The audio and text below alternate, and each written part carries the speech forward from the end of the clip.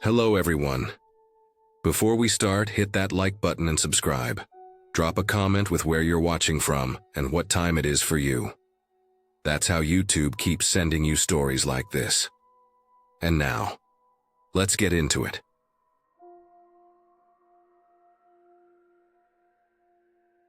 I was finishing a late shift at the downtown law firm, sometime around 11:40 p.m. The office was silent except for the hum of the old air system and the faint buzz from the lights above my desk. Everyone else had cleared out hours ago. I'd been working on a client draft that had to be done by morning, trying to keep my eyes open as the lines blurred on the screen. The city outside the windows was dark except for the orange glow of the streetlights and the occasional car passing below. I shut down my computer, packed up my things, and felt that strange kind of emptiness that always comes from being the last person to leave a big building. The halls echoed when I walked. The carpet on the upper floors was thick, but the elevators and the tile down near the lobby made every sound carry. When I reached the ground level, even the security desk was empty. The guard usually left at 11. I glanced at the glass doors, saw my reflection, pale, tired, and beyond it the slick street outside. I hated walking through the garage that late, but there was no other way. I took the elevator down to P4. It rattled a little on the way, lights flickering as it descended. When the doors opened, I was hit with that stale, concrete smell mixed with oil, and something damp like wet pavement that never dries. My car was parked near the far wall, under one of those fluorescent lights that never stops buzzing. That's when I noticed it, a white sedan idling 2 rows over. Headlights off, engine running. It looked clean, newer than most cars parked there. I stared at it for a moment, thinking maybe someone was waiting to pick someone up, but it was late. Nobody should have been there. Then it hit me that I'd seen the same car that morning across from the building, parked along the curb with its nose facing the entrance. I tried not to make it obvious that I was looking. I walked faster, keys ready in my hand. My shoes echoed off the concrete. I could hear the hum of that car's engine faintly under everything else. When I was halfway to my car, I heard a car. Door slam, sharp, loud, close enough to make my stomach clench. Footsteps followed, fast. The kind that bounce off the walls in an empty space. I didn't look back. I unlocked my door, got in quick, slammed it shut, hit the lock, and started the car. My hands were shaking. That's when the white sedan's headlights flicked on. It pulled out slowly, almost casual, but it was facing my direction. I reversed out, pretending not to see. My heart was pounding so hard I could feel it in my neck. I told myself it was nothing. Maybe someone finishing a shift like me. But when I turned toward the exit ramp, the sedan moved too. Same pace, same turns. The echo of its tires followed me up the spiral ramp, level after level, until the exit gate lifted and I drove into the quiet street above. Downtown was empty at that hour. Streetlights, wet asphalt, the occasional bus passing blocks away. I turned right toward Burnside. When I checked my rearview mirror, the sedan was still there, always the same distance back, maybe 4 or 5 car lengths. I tried to stay calm. I made normal turns at first, through the grid of streets, pretending I wasn't testing it. Each time I changed direction, those headlights followed, perfectly steady. I took a sudden left at the light, then another. The sedan stayed behind. I drove faster, cutting through an alley that ran between a row of old warehouses, my tires splashing through puddles. When I came out the other side, I slowed at the corner, waiting, hoping maybe I'd lost it. The headlights appeared again a few seconds later, turning into the same street like it knew exactly where I was going. That was the moment I stopped trying to convince myself it was a coincidence. I kept driving, trying to think fast. There was a 24-hour gas station near the bridge. I'd stopped there before. I figured it was bright, with cameras, maybe a few people around. I turned toward it, took another sharp turn just before the bridge, and pulled in quick right next to the main door under the bright white lights. My chest hurt from how fast I was breathing. The sedan slowed at the corner across the street. It didn't stop. It rolled past slowly, then drove on into the dark. I watched until the taillights disappeared. For a few seconds, I didn't move. I sat there gripping the steering wheel, feeling every tremor in my hands. When I finally got out, my knees almost buckled. I went inside just to calm down, to feel like I wasn't alone anymore. The attendant was outside sweeping near the pumps, an older guy with gray hair under a baseball cap. I tried to explain, but my voice broke halfway through. He looked uncomfortable, like he'd heard this before. He said quietly that a guy in a white sedan had been parking across the street a few nights that week, just sitting there for hours. Didn't buy anything, didn't come inside, just watched. I don't even know why that made me feel worse. I stayed there for maybe 20 minutes, pretending to scroll on my phone, trying to convince myself it was over before driving home. When I pulled up to my apartment complex, I sat in the car for a long time, checking the mirrors again and again. The street was empty. I finally went inside, locked every bolt, drew the curtains, and still couldn't shake the image of those headlights. I left a light on in the living room that night, something I never did. The next morning, when the sun was up and everything looked normal again, I almost laughed at myself. I made coffee, opened the curtains just a little, and looked out. That's when I saw it. The same white sedan parked across the street facing my building. Same clean shape, same spot. I froze. It wasn't moving, just sitting there. I tried to convince myself it was just similar, that maybe it wasn't the same car. But then I noticed the small dent on the rear bumper, the same one I'd seen when it passed the gas station the night before. I watched for a while. Nobody got in or out. I called the non-emergency police line, explained what had happened. They said they'd send a patrol car by to check. I waited, standing by the window but careful not to be seen. About 20 minutes later, a marked cruiser rolled down the street. The white sedan pulled away before they reached it, just drove off like nothing had happened. The officer circled the block, didn't find anything, told me they'd file a report. That night, I didn't sleep much. Every noise outside made me get up and check. Around 2 a.m., I heard a car door somewhere in the distance, then silence. I never saw the sedan again that night. Over the next week, I started noticing strange little things. My mailbox was left open twice. Once I came home and my apartment door was unlocked, even though I was sure I'd locked it. Nothing was missing, but that feeling came back, like someone had been inside. A neighbor said she'd noticed a car sitting down the block at night, headlights off, engine running. By Friday, I couldn't take it anymore. I told my boss I needed a few days off. I packed a small bag and stayed with a friend across town. When I came back on Monday morning, the car was gone. For the first time in days, I felt normal again. I moved out a month later. The new place has secure parking, cameras, and a doorman. I still check my mirrors every night when I drive home. Still slow down before turning onto my street to make sure nobody's behind me. But sometimes, when I leave late from work or stop for gas after dark, I still catch myself glancing at the far end of the lot, looking for the faint shape of a white sedan, idling with its lights off, waiting.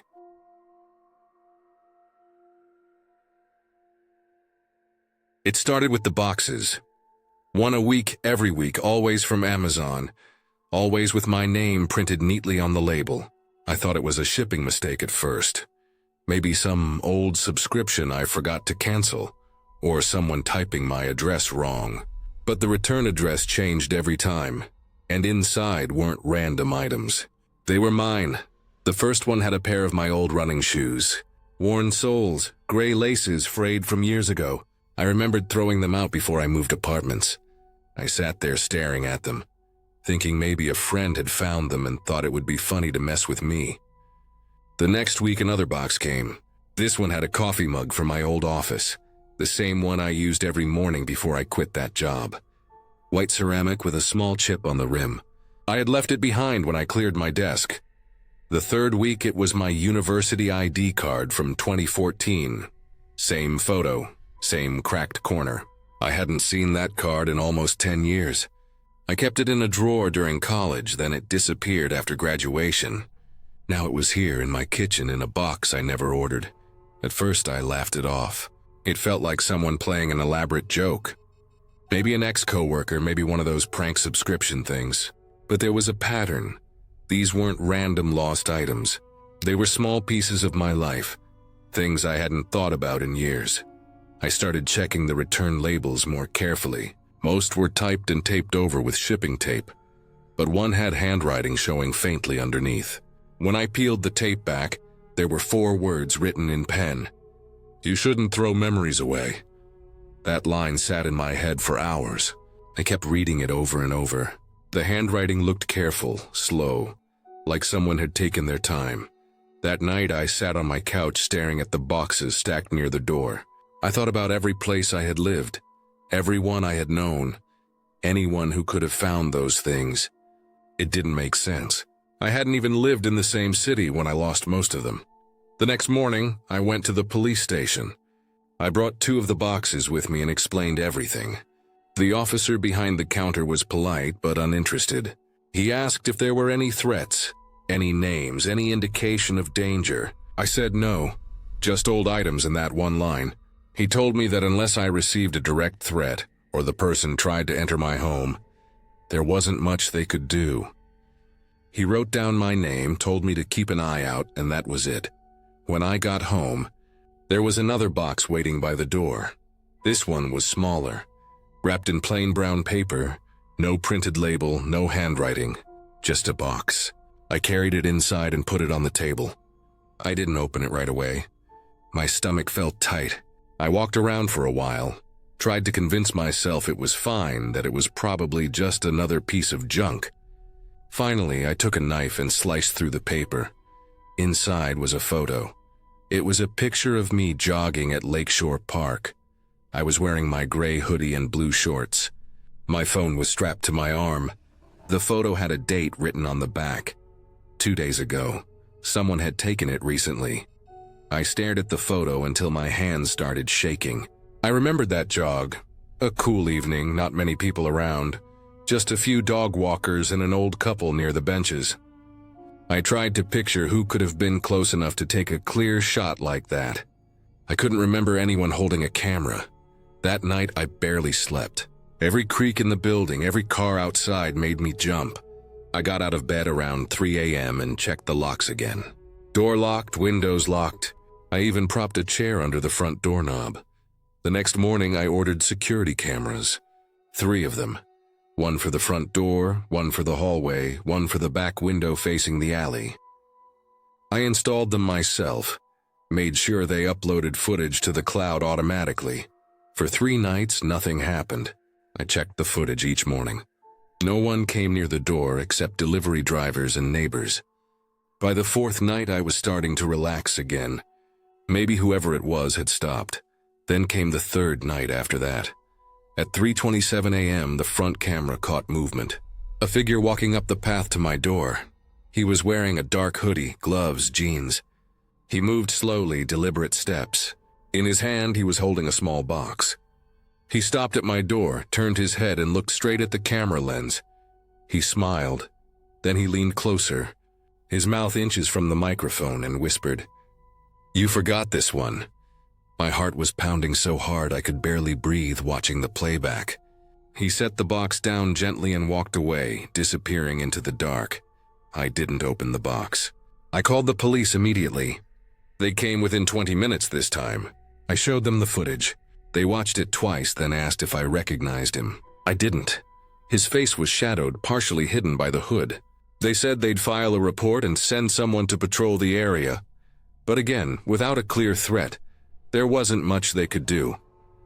I didn't sleep that night. I sat in the living room with the lights off, the curtains drawn, watching the footage over and over. That smile, calm, certain, like he wanted me to see him. In the morning, I checked the box again. It was still there, just sitting where he left it. My first instinct was to throw it away, but something stopped me. I picked it up, brought it inside, and slowly opened the lid. Inside was a single glove, black thin leather, and a note folded once. The note said, You dropped this near your car last Thursday. I picked it up for you. I didn't own any gloves like that. I didn't know what to do. I took photos of the note and glove, sent them to the officer's email from the report. Then I packed a small bag and went to stay at a hotel downtown for a few days, but the boxes followed. On the second morning at the hotel, the front desk called to tell me I had a package waiting. I felt cold all over before I even saw it. When I went down, there it was. The same size, same brown wrapping paper, no label. Inside was a copy of my apartment key. I didn't go back home. I asked a friend to check the apartment for me. He said everything looked normal, nothing missing, no signs of a break-in. But that didn't make me feel better. I changed the locks the next day, then moved out 2 weeks later.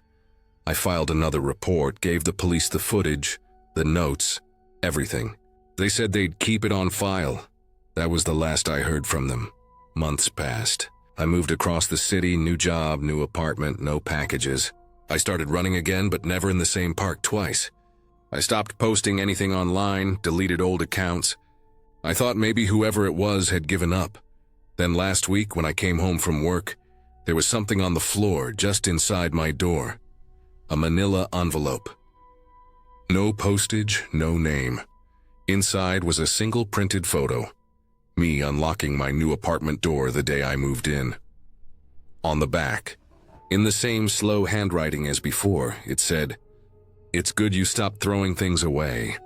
I didn't call the police this time. I packed a bag that night and left. I don't know where I'm going yet, but I know I'm being watched. Whoever he is, he knows where I live, where I run, what I've lost. It's not the boxes that scare me anymore. It's that every piece he sends means he's closer. Always close enough to find the next thing I've forgotten.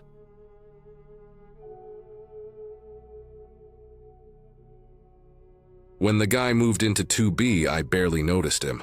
He looked like the kind of person you wouldn't think twice about. Mid-30s, pale skin, thin, always wearing the same gray hoodie. He never said anything more than a short nod when we crossed paths in the hallway. I didn't even know his name. I just knew he moved in sometime in late March, because that's when I started hearing someone unlocking the door across the hall at night. The building was old, a 3-story walk-up in a quiet part of the city. The kind of place where you heard every pipe creak and every footstep above you. My apartment, 2A, was directly across from 2B. The walls were thin, and sometimes I could hear him walking around after midnight. It never bothered me. I worked late most nights, and it was comforting in a strange way to know someone else was awake. It was early summer when small things started to go missing. The first was my umbrella. I kept it behind the door, and one morning it was just gone. I assumed I'd left it at work. Then a few weeks later, I couldn't find a pair of socks. Then a framed photo of my dad that used to sit on the bookshelf disappeared. I tore the apartment apart looking for it, thinking maybe I'd moved it when I cleaned. But it was gone. I told myself I was just being forgetful. The first time I really felt something was wrong was one night in July. I woke up around 2 a.m. to the sound of something faint but deliberate. A small rustle, like fabric shifting. I thought maybe it was the building settling. But then I heard it again, closer this time, near the closet. My heart started beating so fast I could hear it in my ears. I lay completely still, staring at the ceiling. I remember counting the seconds in my head, trying to decide if I should get up or stay frozen. After a few minutes, the sound stopped. I didn't sleep for the rest of the night. In the morning, I checked the closet. Everything looked normal. My clothes were still hanging, shoes lined up, nothing out of place. I tried to tell myself it was just my imagination. Maybe a mouse, maybe something fell. I left for work, but all day I couldn't shake the feeling that someone had been in my apartment while I was sleeping. That weekend, I told my landlord about it. His name was Charles, mid-50s, heavyset, always smelled like cigarettes. He lived on the first floor. I mentioned that my neighbor in 2B might have a copy of my key or something, that I heard movement in my place. He looked at me confused and said, "There's no one in 2B. I thought he was joking, but he wasn't. He pulled out a ring of keys, shuffled through them, and showed me the one labeled 2B. He said that apartment had been empty for 6 months. Since the last tenant moved out, I told him that wasn't possible. I'd seen someone go in and out. He shrugged and said maybe someone had broken in. That scared me more than I wanted to admit. He said he'd check it out with me. When we opened the door to 2B, the smell hit first. A mix of damp air and something sour, like old sweat and mildew. The blinds were drawn tight and it was dark inside. I remember the sound of my shoes sticking slightly to the floor as I stepped in. The apartment was empty of furniture, except for a mattress on the floor in the corner, and a small camping chair near the window. The walls were covered in Polaroids, hundreds of them. It took a few seconds for my eyes to adjust, but then I saw what they were. They were all of me. Every single photo, me leaving for work, me walking back home, me at the grocery store, me unlocking my apartment door. Some were taken from across the street, some from inside the building. But the worst ones were taken inside my apartment. Me sleeping, brushing my teeth, cooking. Photos from angles that could only have been taken from inside my place. My knees felt weak. I couldn't process it at first. The photos were organized in rows, taped carefully to the walls, almost like a gallery. Some were marked with notes written on small yellow sticky pads. You look better in blue. Don't wear your hair up. Smile more. Then I saw the bathroom. The mirror was covered with writing in black marker. Dozens of sentences, all written in the same neat handwriting. You don't lock your windows enough. You shouldn't be sad. You're perfect when you sleep. You look better in blue. I turned to leave, but my stomach twisted when I noticed something in the corner. My missing umbrella, my socks, the framed photo of my dad. Little pieces of my life sitting in neat piles beside the mattress. Charles called the police. I sat in my apartment after they arrived, listening through the wall as they moved around next door. They found food wrappers, water bottles, and more Polaroids stuffed in a duffel bag. They said whoever had been living there must have had another way in, because all the doors and windows were locked from the inside. They suspected he was entering through the maintenance crawl space that connected the two apartments through the ceiling vent. I didn't want to be there anymore. That night I packed a small bag and stayed at a friend's place. I barely slept. Every sound felt like someone moving in the dark. Every time I closed my eyes, I saw those photos again. Me brushing my teeth, me asleep, unaware. The police came back the next day and told me the apartment was truly supposed to be vacant. The last tenant had left 6 months ago. They said there was no record of anyone new moving in. No lease, no payments, nothing. The locks hadn't been changed in years. They found a small gap in the ceiling vent above my closet, big enough for a person to slide through. That explained the noises I heard that night. He had probably been right above me. For weeks, I kept thinking about all the times I'd heard faint footsteps or smelled something faintly sour, like sweat, and brushed it off. I thought about how sometimes when I came home, the air in my apartment felt different, a little colder, as if a window had been open. I'd ignored all of it. The police never found him. They said there was no trace, no fingerprints, no ID, nothing. He'd taken whatever he could carry and vanished. They showed me the Polaroids for evidence, but I couldn't look at them for more than a few seconds. Seeing myself like that, unaware, exposed, felt worse than anything I could describe. I moved out 2 weeks later. I didn't take much, just what I could fit in my car. I left the rest behind. I didn't even tell most people what happened. How could I explain that someone had been living right across from me, watching me, walking through my home when I wasn't there? For months after that, I couldn't sleep properly. Every creak in the new apartment made me tense up. I double-checked the locks, then triple-checked them. I put tape over the vents, installed cameras, changed the door bolts. Even then, I'd wake up at 3 a.m. convinced I'd heard breathing that wasn't mine. The strangest part is that I still see reminders of him sometimes. Once, months after moving, I found a small Polaroid slipped under my doormat. It was blank, completely white. Maybe it was a coincidence. Maybe a kid playing around, but I don't think so. Sometimes when I'm out late, I catch glimpses of someone walking behind me. Same build, same gray hoodie, always far enough away that I can't see his face. Maybe it's just my mind playing tricks. but I can never shake the feeling that he's still out there, watching quietly, waiting for me to stop checking over my shoulder. And sometimes, late at night when the house settles and everything is quiet, I hear that same soft sound near my closet again. Just once, faint and careful, then silence.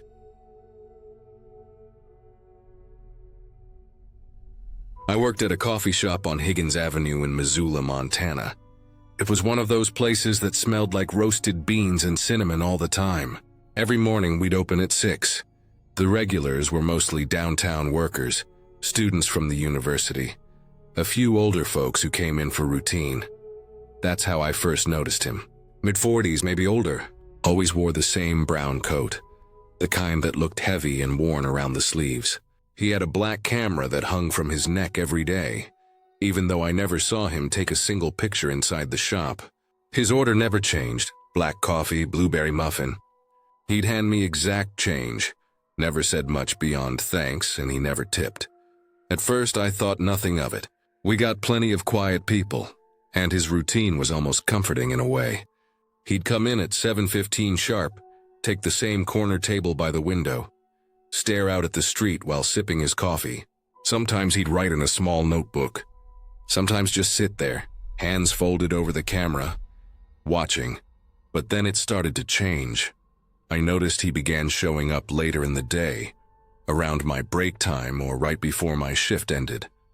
Once I walked outside to dump the trash and saw him across the street, camera strap around his neck, just standing there looking in through the glass. When our eyes met, he smiled faintly and gave a small wave. I didn't wave back. It happened again a few days later. I came out at closing time to lock the side door, and he was sitting on one of the benches outside the shop. Same coat, same camera. The street lights reflected off the lens as if it was pointed toward me. I told myself it was nothing. Maybe he lived nearby. Maybe he liked sitting outside at night. I didn't want to assume things. Still, after that, every time I left work, I felt uneasy. It wasn't just seeing him. It was the way I started to feel him before I saw him. Like something heavy pressed at the back of my neck. I'd turn around on the sidewalk thinking I was just being paranoid. But sometimes I'd catch a glimpse of that brown coat at a distance, always far enough to make me doubt myself. One night, it was raining. The other barista had already gone home, and I stayed behind to clean the espresso machine. Closed at 10, and I left around 10:15. The streets were quiet, mostly empty. I walked 3 blocks to where I parked my car, the sound of my boots slapping against wet pavement. Halfway there, the hairs on my neck rose. I didn't hear footsteps behind me, but something felt off, like I was being followed but couldn't see who. I tried to brush it off, but I glanced behind me anyway. He was there, half a block back, standing under a flickering streetlight, hands buried in his coat pockets, that same camera hanging still against his chest. He wasn't moving toward me, just standing there, watching.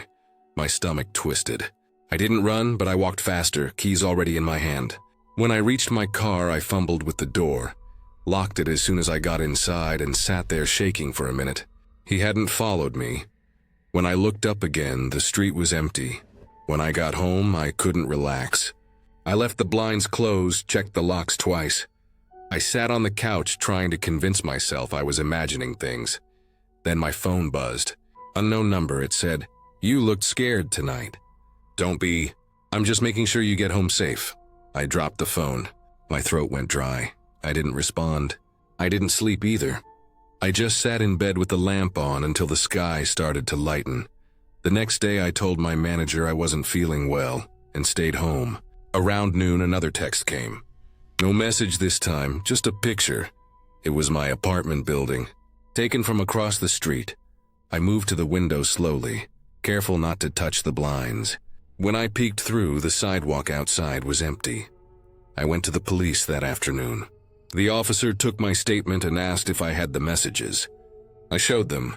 He nodded, said they'd file a report, but unless the guy threatened me directly or trespassed, there wasn't much they could do. I understood, but it didn't make me feel better. I started taking different routes to work. I parked in different spots. Some mornings I'd even take the bus to avoid walking alone. For a week or so, it seemed like he disappeared. He didn't come into the shop. I started to think maybe it was over. Then one morning, a coworker called me from the back. She said a man had left something for me. It was a small envelope with my name written on it. No return address. Inside was a printed photo, a close-up of me unlocking the coffee shop door, looking over my shoulder. The timestamp in the corner said 6:03 a.m. I called the police again. They said they'd add it to the report. They told me to keep documenting everything, save the texts, avoid being alone. The next few weeks were tense. He stopped showing up at the shop completely, which somehow made it worse.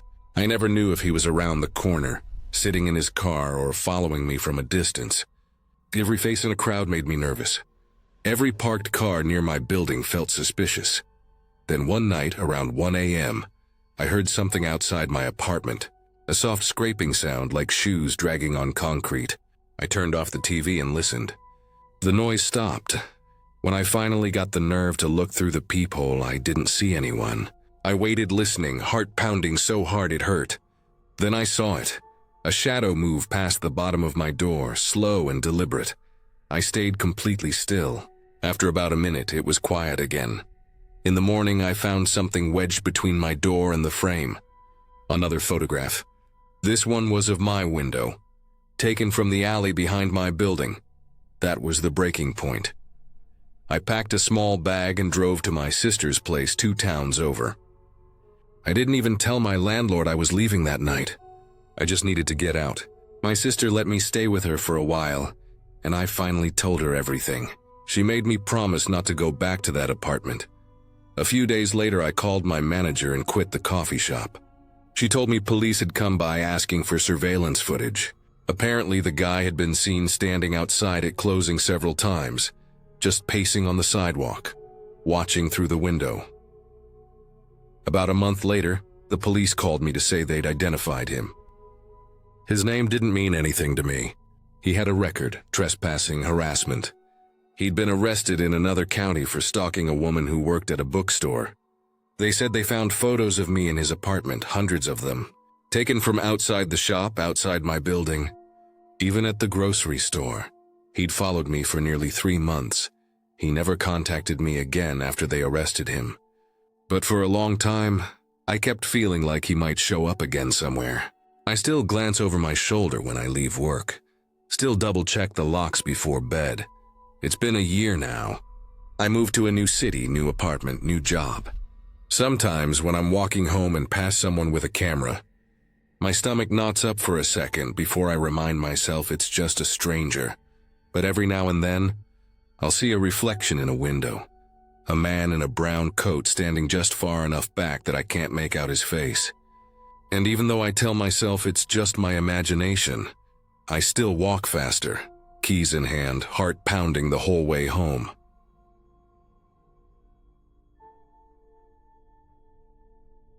I used to babysit for a couple who lived on the south side of town, near the edge where the neighborhoods thinned out and the houses sat farther apart. Their names were Brian and Melissa. They had one daughter, Ellie, who was 5 at the time. She was the kind of kid who made the job easy, friendly, full of energy, always talking about her imaginary friends and showing me drawings she made during the day. The house was nice, 2 stories with a big yard and a line of trees behind it that led into a stretch of woods. They usually left around 7 on Friday nights for dinner or a movie, and were always home by midnight.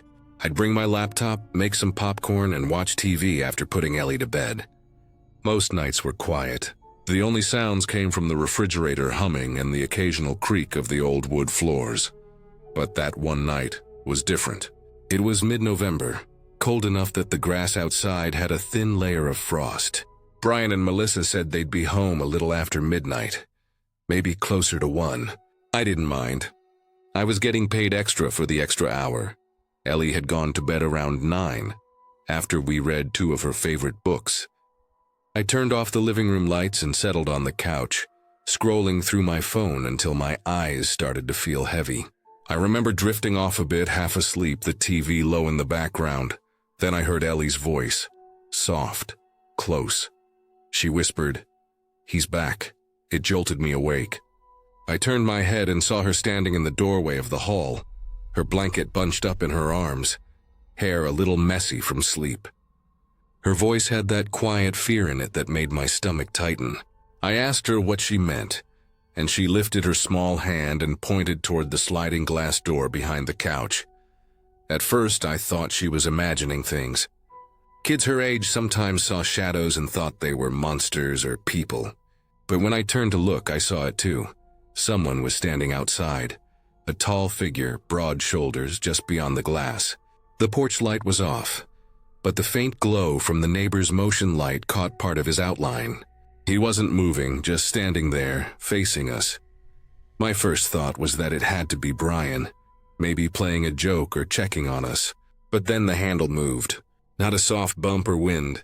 It jiggled sharply, like someone trying to open it quietly. My body reacted before my mind could. I grabbed Ellie's hand and pulled her down the hallway. My heart was racing so fast I could hear it in my ears. We locked ourselves in the upstairs bathroom and sat on the floor in the corner.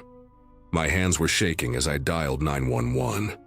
The dispatcher's voice was calm, asking for the address and details. I told them someone was outside trying to get in. They said officers were on the way. I sat there listening for sounds downstairs. Every creak made me jump. Ellie sat pressed against me, whispering that she didn't like him. When I asked what she meant, she said again, "He comes sometimes." That made my chest tighten even more. I wanted to ask more, but I didn't want her to talk loudly. We stayed there for what felt like forever until the red and blue lights flashed across the frosted windows. When the police came in, they cleared the house room by room. No one was inside. They said they found footprints in the frost. Large ones, starting near the back porch, circling around to the side windows, and leading off into the woods behind the house. The sliding door's handle had smudges, but no fingerprints clear enough to lift. The officers walked the property line with flashlights, but didn't find anyone. After they left, Brian and Melissa came home. They were shaken, apologetic, thankful I'd reacted fast. They told me they'd get cameras installed right away, and maybe motion lights too. I didn't sleep much that night, and for a few days, I kept replaying that moment. Ellie's small whisper, that shape outside the glass, the handle moving. I kept babysitting for them after that, though part of me didn't want to. I told myself it was probably some random prowler, maybe someone trying doors in the area. The neighborhood was quiet but not immune to break-ins. I convinced myself it was nothing personal. 2 weeks later, they called me in a panic. It was late in the evening. I could hear the fear in Melissa's voice over the phone. She said the cameras they had installed, 2 of them facing the backyard, had caught something. The footage showed a man standing by the sliding glass door, not moving, just standing there in the dark for over an hour, watching. The timestamp matched the night Ellie said, "He's back." He'd been there before I even woke up that night. He'd been watching us silently, maybe longer than the footage even showed. After that, the police came again. They went through the video frame by frame, but the man's face was never clear. The camera caught his outline, maybe a hood or jacket collar, but nothing to identify him.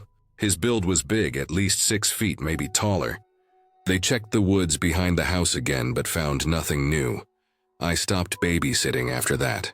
I told them I had schoolwork, but really I couldn't bring myself to go back there. The thought of that man standing so close to the glass, just a few feet away from where I'd been lying half asleep, it made my skin crawl. But that wasn't the end of it.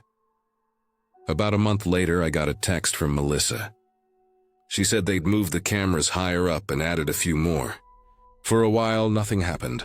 Then, one morning, she found muddy footprints on their back deck again. The police were called, but the prints had been partly washed out by dew. The footage showed the same figure again. Tall, same shape, same slow movements. He never tried the handle that time. He just stood and looked inside. I couldn't stop thinking about it. I started noticing things near my own apartment. Small things like the feeling of being watched when I walked to my car at night. Once I found muddy shoe prints near my back door, which was strange since the walkway was usually dry. I told myself it was probably from the maintenance guy or a delivery person, but part of me wasn't sure. I changed my route home from classes. I stopped posting my work schedule online.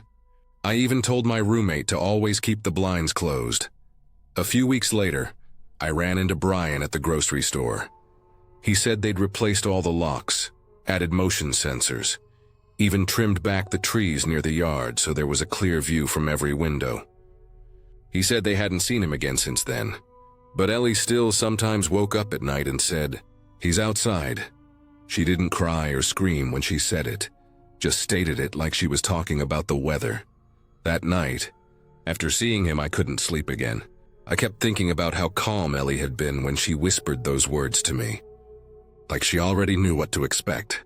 Like she'd seen him more than once before that night. I started wondering how long it had been going on before I ever noticed. Maybe weeks, maybe months, maybe every time I babysat. He'd been out there somewhere, watching from the trees, and the thing that still gets me is how deliberate it all felt. He never broke in, he never ran, he just watched, patient, waiting. It's been over a year now. I moved to another city for school, but sometimes I still dream about that house. I'll see the sliding glass door in my mind, and there's always that dark outline behind it, just far enough away that I can't make out his face. In the dream, I always know he's looking right at me. And when I wake up for a few seconds, I swear I can still feel that same chill, the one I felt when Ellie whispered, "He's back." Even now, every time I walk past a window at night, I catch myself glancing at the glass just to make sure no one's standing there in the dark.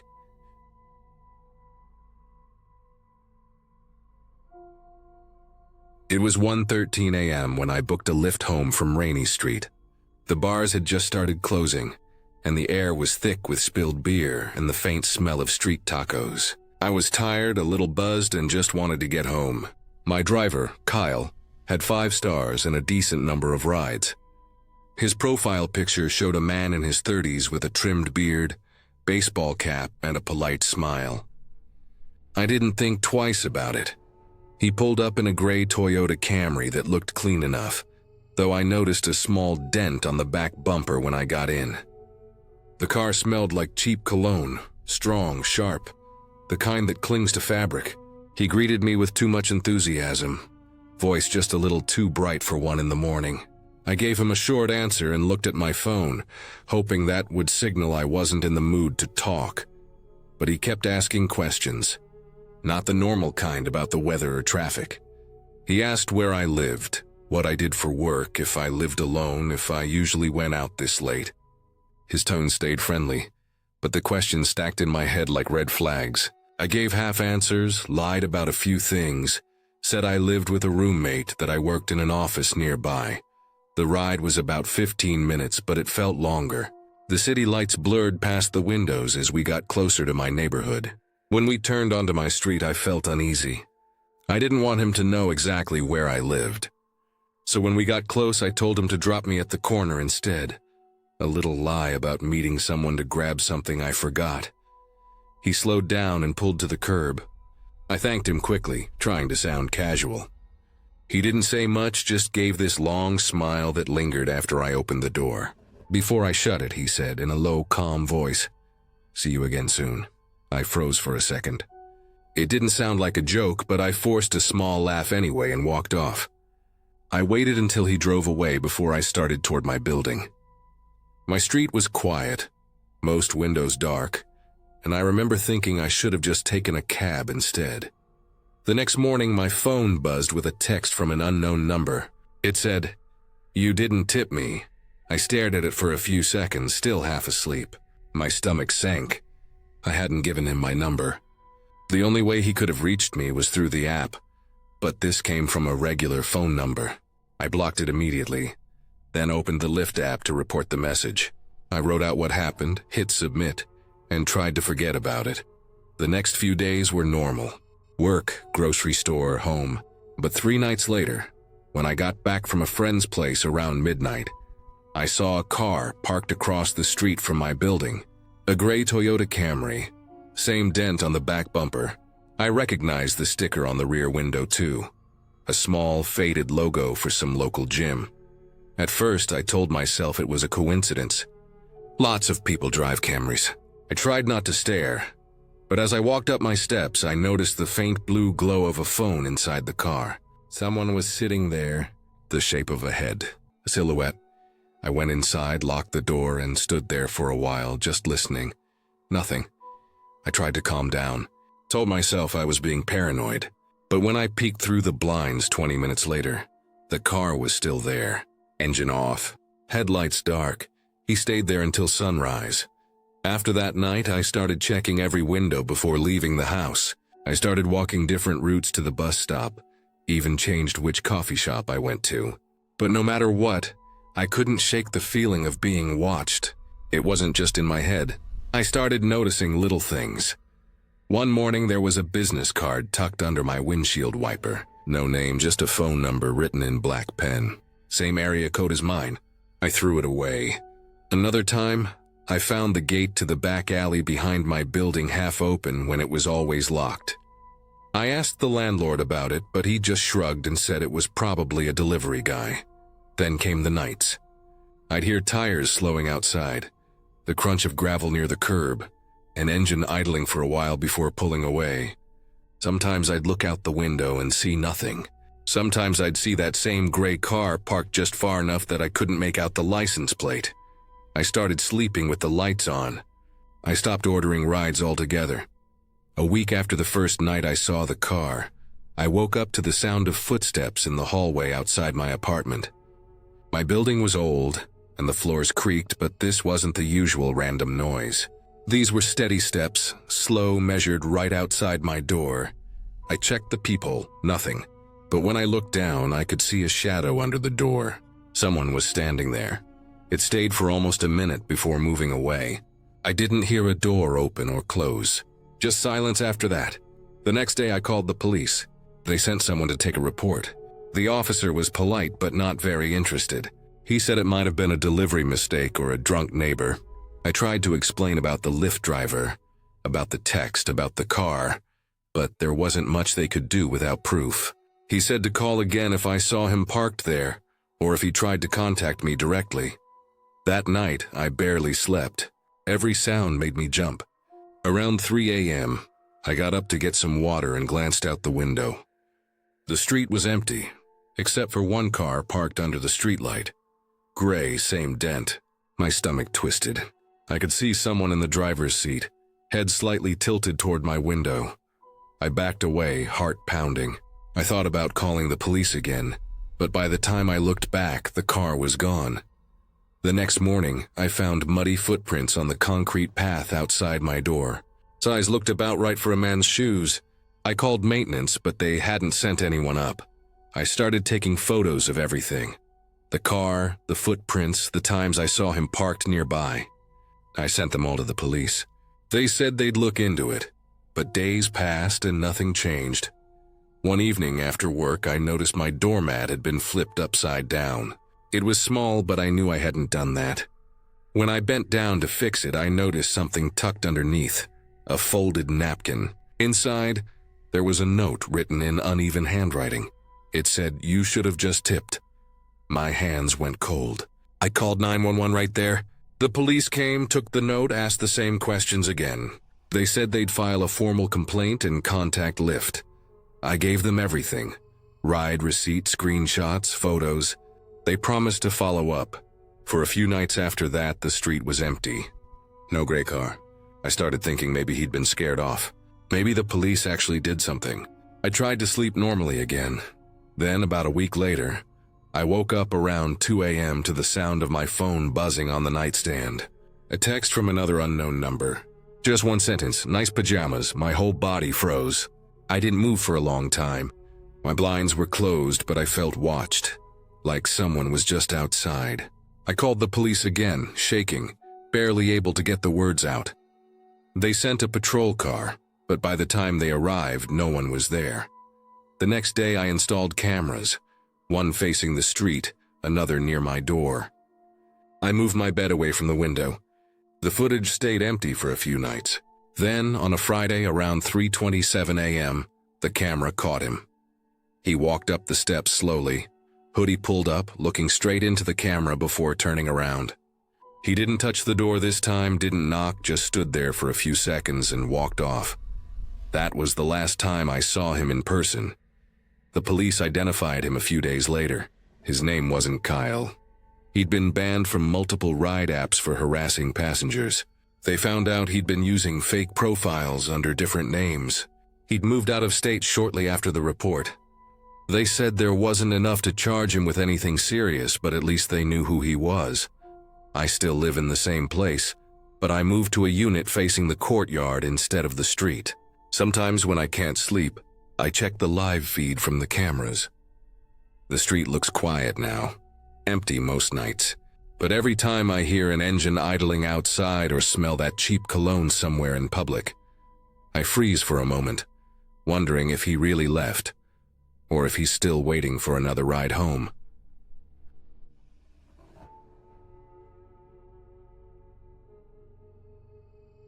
I rented the upstairs apartment in an old converted house in late March. It was the kind of place that had seen decades of tenants. Paint layered unevenly on the walls, faint cigarette stains on the ceiling, uneven floorboards that let out a tired creak with every step. It wasn't much, but it was what I could afford. The neighborhood was quiet, mostly older homes, some boarded up, some renovated into duplexes like mine. My landlord, an older man named Harris, lived a few blocks away and handled most of his properties himself. He told me the place had character, which was another way of saying old and slightly unsettling. The first few nights were normal. I got used to the noises of the place, the way the pipes groaned when I turned on the hot water, the hum of the fridge, the wind brushing against the loose siding. I slept fine, even though I could always hear the wood shifting above me when the temperature dropped. It sounded harmless, like the settling of an old building. But about 2 weeks after I moved in, I started noticing something different. It was late one night, maybe around 1 in the morning. I was lying in bed with the lights off, half asleep when I heard it. Slow, deliberate movement above me, not the quick scuttle of an animal, not the pop of expanding wood. It was a shuffle, measured, almost careful. A few steps, then a pause. I froze and held my breath, straining to listen.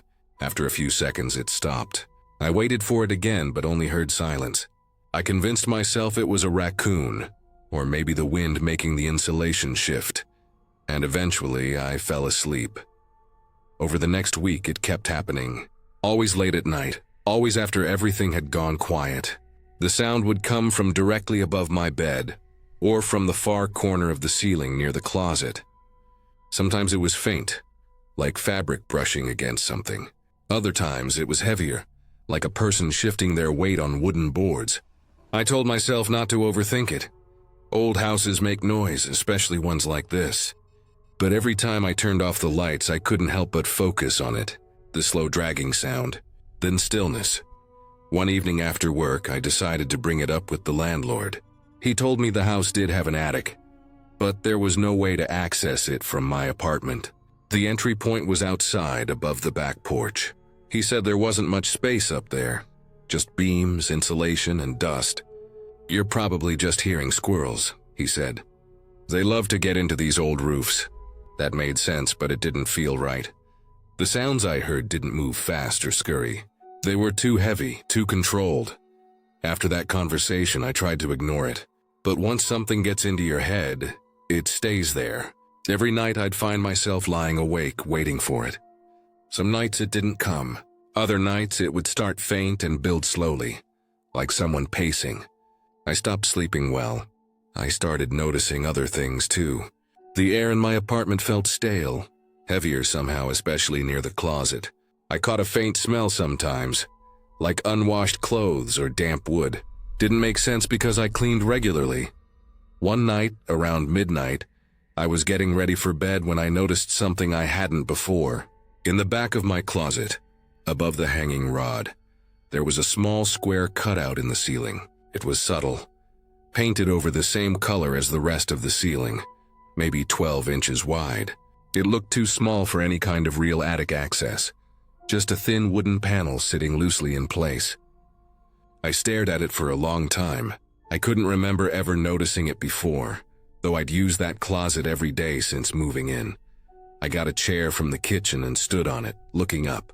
The edges of the panel were dusty, but there were faint smudges near one corner, like someone had touched it recently. I felt a chill go through me. I didn't touch it that night. I just went to bed with the light still on and kept glancing at the closet until I finally fell asleep. The next morning I convinced myself I was being ridiculous. It was probably just an old vent cover or something useless. Still, I couldn't stop thinking about it. A few days later, after another sleepless night of noises above me, I decided to check it out properly. I didn't want to be alone while doing it, so I called a friend to come over after work.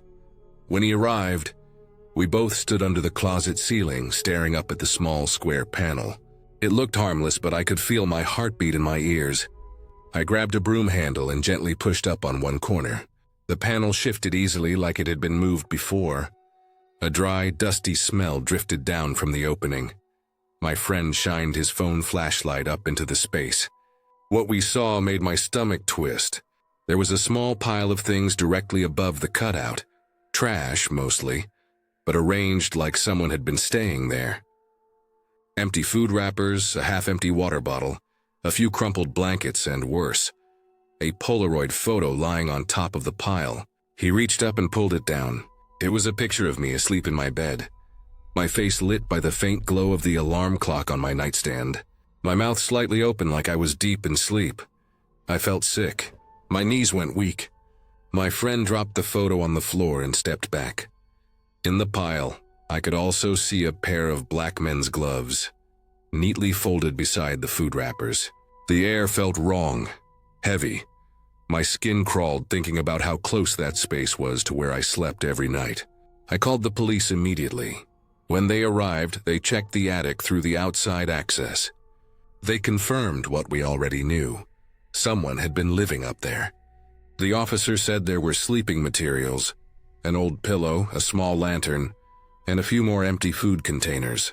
They found shoe prints in the dust and a narrow spot where the insulation had been pushed aside, leading directly over my unit.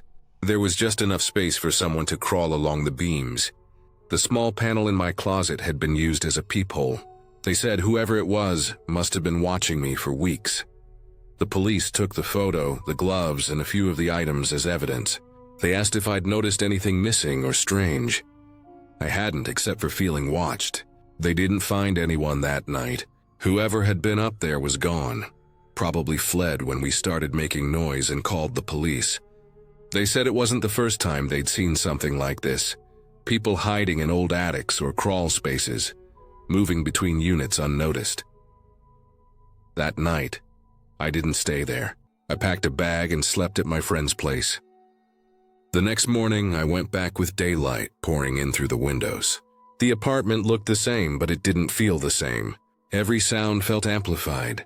The groan of the floorboards, the rattle of the pipes. I couldn't unsee that photo. I couldn't shake the thought that while I was sleeping, someone was above me, close enough to hear me breathe. The landlord changed the locks and sealed off the attic access. He tried to act concerned, but it was clear he didn't want the hassle. He said he'd check all the other units and keep an eye out. The police told me they'd patrol the area for a while, but I never heard back about any arrest. A few days later, I moved out. I found a new apartment across town, modern, smaller, and far less charming. It didn't matter. I just wanted solid walls and no hidden spaces. Still, every night when I lie down, I find myself staring at the ceiling, listening for sounds that aren't there. Sometimes when the wind shifts or a pipe expands, I still feel that same cold weight in my chest, waiting for a noise that never comes. I kept the broom handle I used to lift the panel. It sits in the corner of my new place, leaning against the wall. I don't know why I kept it. Maybe to remind myself that sometimes the scariest things aren't the ones we imagine. They're the ones quietly living just above us, waiting for us to fall asleep.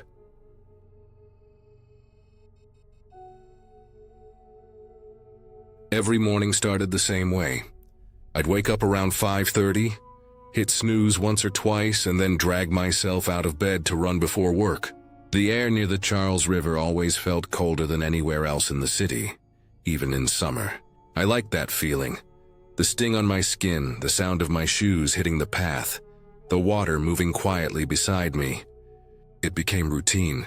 My route started at JFK Street across the bridge, looping past Anderson Bridge, and then back again, about 4 miles total. I ran it every weekday, sometimes on weekends too if I felt restless. The first few times I noticed him, it didn't seem strange. There was always this man sitting on the same bench near the Anderson Bridge, early 60s maybe, wearing a long dark coat even when it was warm, a baseball cap pulled low. He never moved, never looked up. He just sat there with his hands resting on his knees, staring straight ahead at the river. I figured he was retired or homeless, maybe someone who just liked the view. There were plenty of people like that around Cambridge, quiet, lost in their own world. I'd nod as I ran past him sometimes, but he never reacted. Didn't even blink, just sat there. After a few weeks, I stopped paying attention to him. He became part of the scenery, the same way you stop noticing the smell of the river or the sound of cars from Memorial Drive. Every morning he was there, same time, same spot. It even felt a little comforting in a weird way, a sign that everything was normal, that I was on schedule. I didn't realize how much I'd gotten used to seeing him until one morning when he wasn't there. It was late October, I remember, because the air had that sharp, early winter bite to it.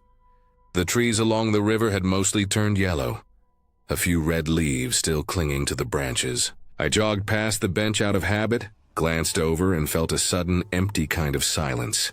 No one was sitting there, just wet leaves and an empty bench. I kept running but felt off balance, like I'd missed a step.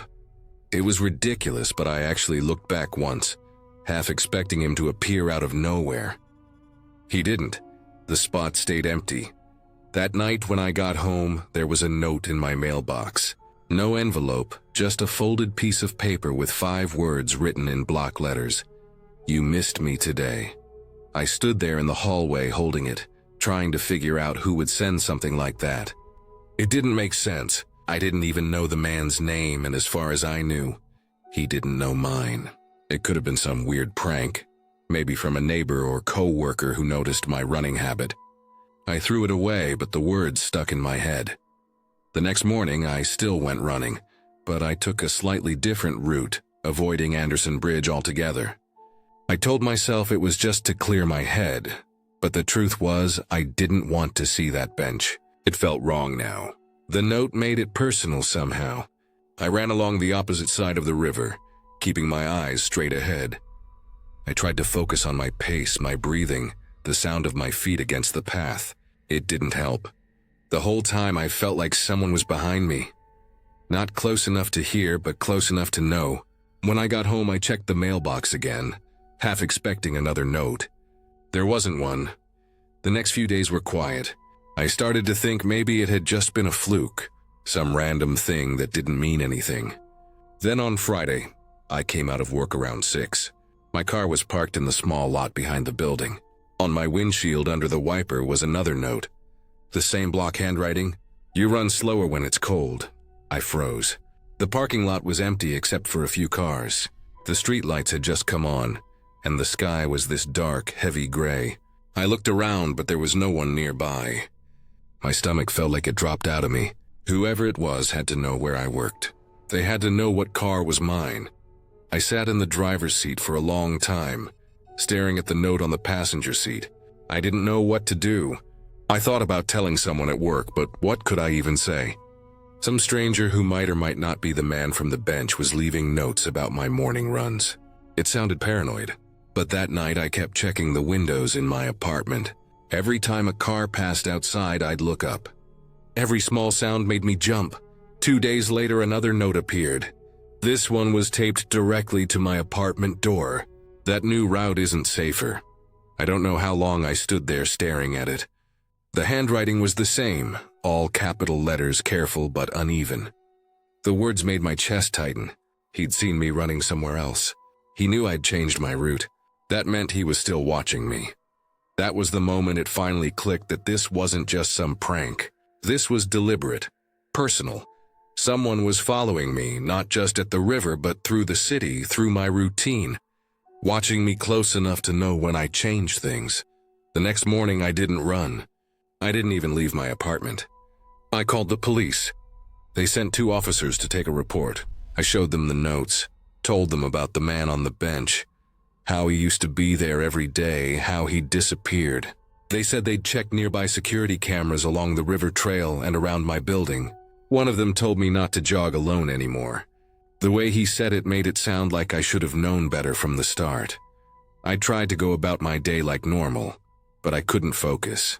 Every time I walked anywhere, I found myself scanning reflections in windows, listening for footsteps behind me.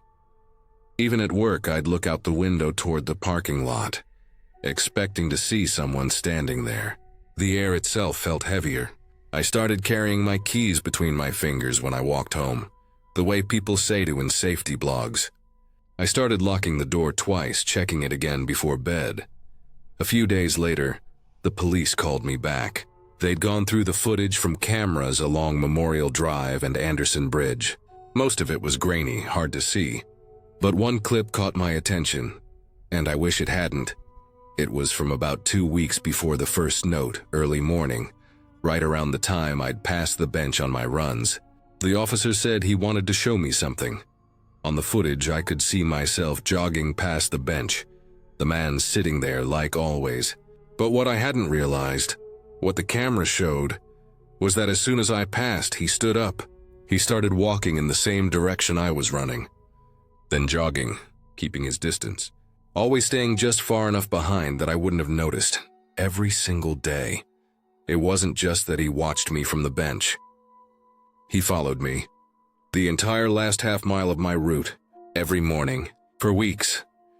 The police said they'd try to identify him, but there wasn't much else they could do unless he made a direct threat. They told me to change my schedule, vary my route, maybe stop running for a while. I nodded, but I barely heard them. My brain just kept replaying the footage. The slow way he stood up, the way he matched my pace exactly. That night, I couldn't sleep. Every small noise in the apartment made my body tense. Around midnight, I got up, went to the window, and looked down at the street. It was quiet, a few parked cars under the streetlights. Then, just as I was about to step away, I saw movement near the corner. A figure walking, slow, deliberate, wearing a long coat, a baseball cap. He stopped directly across from my building. Didn't look up, didn't move, just stood there facing the street. I turned off the lights in my apartment and stood behind the curtain, heart pounding so hard it felt like it filled my whole chest. He stayed there for what felt like forever. Then eventually he walked off into the dark. I never saw him again after that night. Not at the river, not near my apartment, nowhere. The police never found him. They said maybe he left town. Maybe he just got bored. But I still wake up before sunrise most mornings without an alarm. My body expects the run. Sometimes I'll stand at my window, looking out at the empty street, and feel that same strange emptiness I felt the first time he wasn't on the bench. Only now it doesn't feel comforting. It feels like waiting for something I know could come back any day.